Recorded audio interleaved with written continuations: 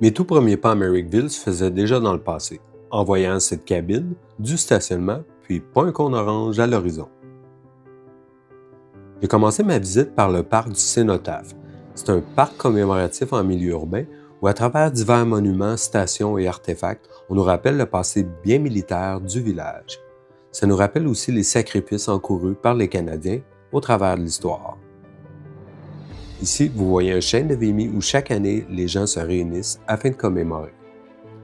Dès votre arrivée en ville, vous pourrez apercevoir le Goose et Gridiron.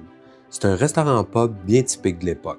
Le bâtiment fait d'ailleurs partie d'un des 100 bâtiments classés patrimoniaux et historiques.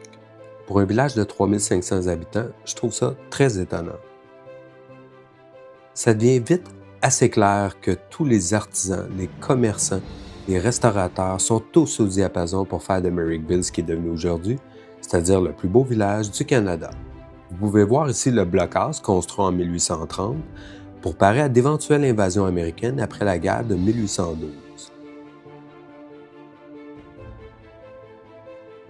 Le Baldachin Inn, construit en 1862, soit pas très longtemps après l'incorporation de Merrickville.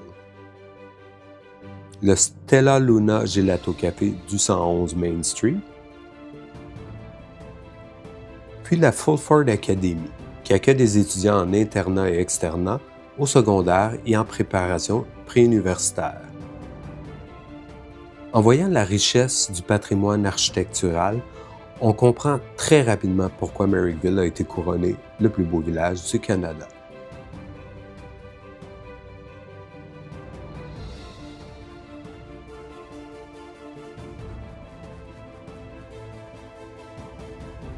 On arrive maintenant au complexe industriel de 1860, mais c'est en fait en 1793 qu'un loyaliste américain du nom de William Merrick a acquis un premier moulin, ce qui devenait le berceau du village qu'on connaît aujourd'hui. Le barrage de Merrickville. Il a longtemps servi et sert encore à régulariser le débit et produire l'électricité nécessaire au complexe industriel. Ici, vous voyez les écluses qui, elles, ont servi à régulariser le trafic sur ce canal historique. Croyez-vous que votre village a ce qu'il faut pour être le plus beau au Canada?